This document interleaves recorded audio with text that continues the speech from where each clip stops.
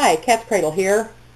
I have a little project that I've been needing to get to for a couple of months, but now that spring is here and the weather's warming up, I need to just go ahead and do it.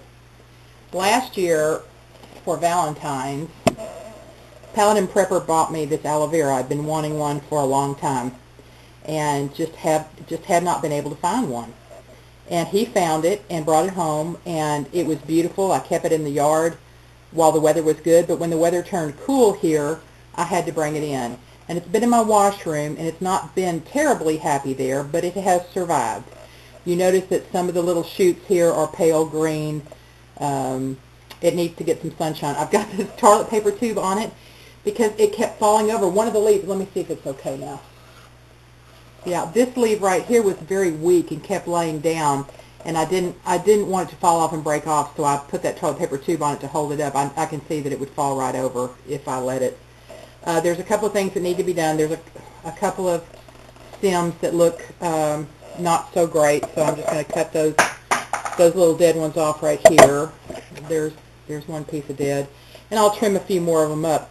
I've got some of these in other plants. I know they're called ponies, but they're little shoots that have come off. This one has just one little or two little tiny roots on it, so I need to pot that up. And as I unpot this, I think I'll get several more. Yeah, here's one laying right here. I want to be real careful. Yeah, see, it's got a root. So that's a whole nother aloe vera plant. And I've got several more around here. I'll break it up and see exactly. Well, I can just do that while you're watching. Oh, see that crazy thing? I may just have to cut that off. Okay, here I'm going to gently, it just comes right out. And I will scrub this pot. I'll repot the big aloe vera in this, but I will scrub it. All that scale that's on it, I'll get off. I'll wash the old dirt out. I'll put new potting soil in. Oh, here's a little tiny one trying to come up. I'll show you this. This is the littlest one. Here we go, a little bitty baby one. I'll pot that up too. And here's some more. Let me just gently see if I can loosen the soil. You don't want to pull these. You just want to loosen the soil and let them fall free. And see this one fall over? They're just going to. Oh yeah, it's great. There we go. Two more. This one's trying to hang on to the mother. So let me just show you how I do this. I just coax the soil away. Like this, just gently shaking it loose in my hands. I may have to go out and get a bigger pot for the mother. There's one that came loose. Here's another one. Another one. I'll let you know when I'm done how many I got off, but I think I'm up to like 9 or so. Here's the mother plant. What I will do is I will trim just a little bit of this root off. I'll just show you right here. About like that. I'll take the dead away, any that's dead. Actually, I'll cut that away because I don't want to harm the plant. Okay. And then I'm going to repot in fresh potting soil. I don't go dig up dirt out of my yard, and I don't reuse. I will not reuse this old potting soil because all the nutrients are gone out of it. I think I've got one more dead. Yeah. See right here, it doesn't hurt if you just trim. There's that crazy one that falls over. I think I may just have to cut that off. Here we go. I'm going to cut that tip off. And that's all the trimming I want to do because this plant will be in a little bit of shock from what I'm doing to it today. It won't be happy for a few days, but then it'll gather strength again and start to go, and it'll get really green. Now let me show you just a little bit. I brought two pots from the backyard, this one and this one. Terracotta pots are not my favorite because they're notorious for drying out very fast. You have to water them often. But there's a little bit of a solution to that. But the first thing I want to tell you is I did wash and scrub these pots because you want to be sure there's no disease or bacteria growing on the pots if you've used them previously. So what I'm going to do is I'm going to line my pots with a coffee filter. We don't drink coffee, but I buy a lot of coffee filters. And you probably know that they come in a package, similar to this.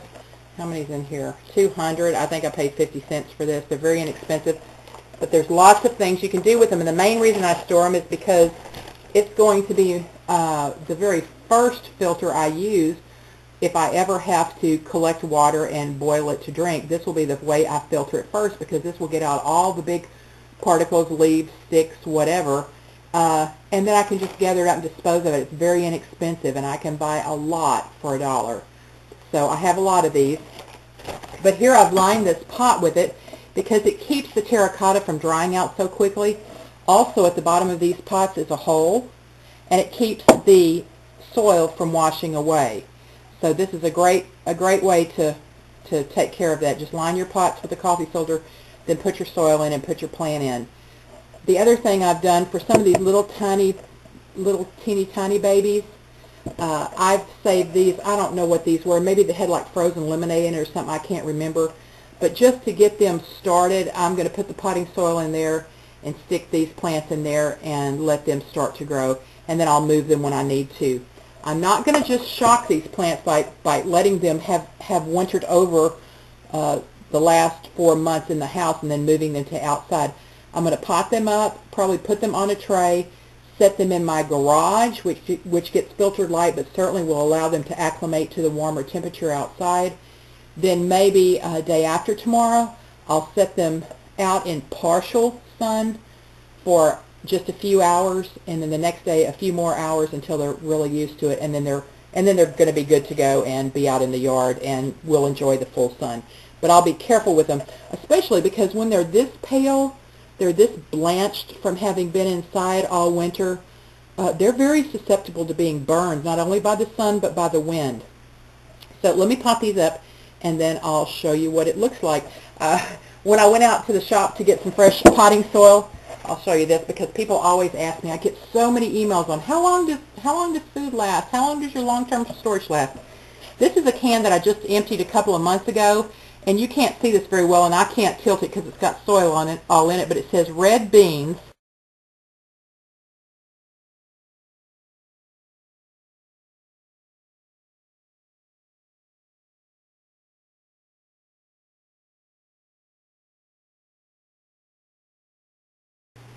All right, I'm done repotting. I did go ahead and put the mama plant back in the same pot she was in. But what I'm going to do is, after she's been acclimated to the weather and outdoor conditions, I will go ahead and put that in the ground. And when the weather gets cold again, I'll just dig it up, repot it, and bring it inside. But you can see she's kind of blanched and pale in there. She's needing some sun, just like we get pale when we've been in all winter. That's a pretty good investment for PaladinPrepper's original $2.50. I counted, and I did have to put 3 in this pot. There's 2 in this one. There's 2 back there. So there's 11 aloe vera plants for his original investment. And this is a great way to get people started prepping. When these look really nice and get established well, I'll give them to friends. And I'll tell them, I'll print out a little sheet on the uses of aloe vera and how it's wonderful to treat burns when you don't have anything else to use. And even when you do, it's still the best thing in my opinion. I'm not a medical doctor, so form your own opinion. But it's a great way to start people down the road of thinking how to take care of themselves. So buy you an aloe vera plant, enjoy the benefits of it. When it makes these little babies, separate them out, grow them up a little bit, and give them to friends. I did end up go ahead and cutting off that little stem right there that was hanging. Here it is right here. I'm not going to throw it away. I'm going to cut it into about 3 pieces and put it in a baggie and throw it in my freezer. That way, if I have a burn and need it, I can pop it right out. Not only is it great, the aloe vera itself great for healing, but the coldness of it out of the freezer will cool a burn very, very quickly. So that will not go to waste. It's going to go right into my freezer. I hope you'll try this. Get yourself an aloe vera plant. It's a great thing to have if you want to be self-reliant, and then go ahead and wait until it makes little babies and give those to your friends. We're going to be talking more about gardening tonight on the Homestead Honey Hour. Atticus 9799, Noreen, will be the host of that show. I'm joining her on the phone lines. We'll talk to you about your gardening questions. We'll also teach you some ways to treat insects and bugs naturally so that you're not putting pesticides on your foods, and we'll also teach you a few ways to deal with weeds and that kind of thing so that you don't have to use herbicides. Anyway, I think it's going to be a great show. Come on in and join us. You can join us at prepperbroadcasting.com. It's the Homestead Honey Hour. It airs every Thursday night at 6 p.m. Central, adjust for your time where you live.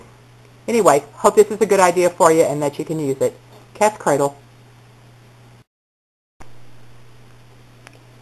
This always happens to me because I don't script my videos. But I'm going to water these in a little bit before I put them out in the garage. I will not fertilize these. Right after you transplant something like this, you do not want to fertilize it because it's already in shock.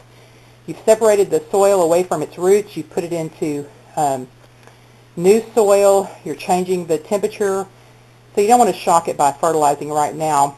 What I'll do is probably in a week or so, whenever I boil some vegetables like broccoli or carrots or something like that, I'll let the water cool down and water my plants with it because it's loaded with vitamins, and that's really what I like to do best. I like to feed it with water that's loaded with vitamins, and then in a couple of weeks from that I'll probably give it a little bit of diluted worm tea, and that'll just get it going. So just want to let you know, don't fertilize it right away. Just go ahead and water it and get it acclimated to outdoors, and that's what you need to do.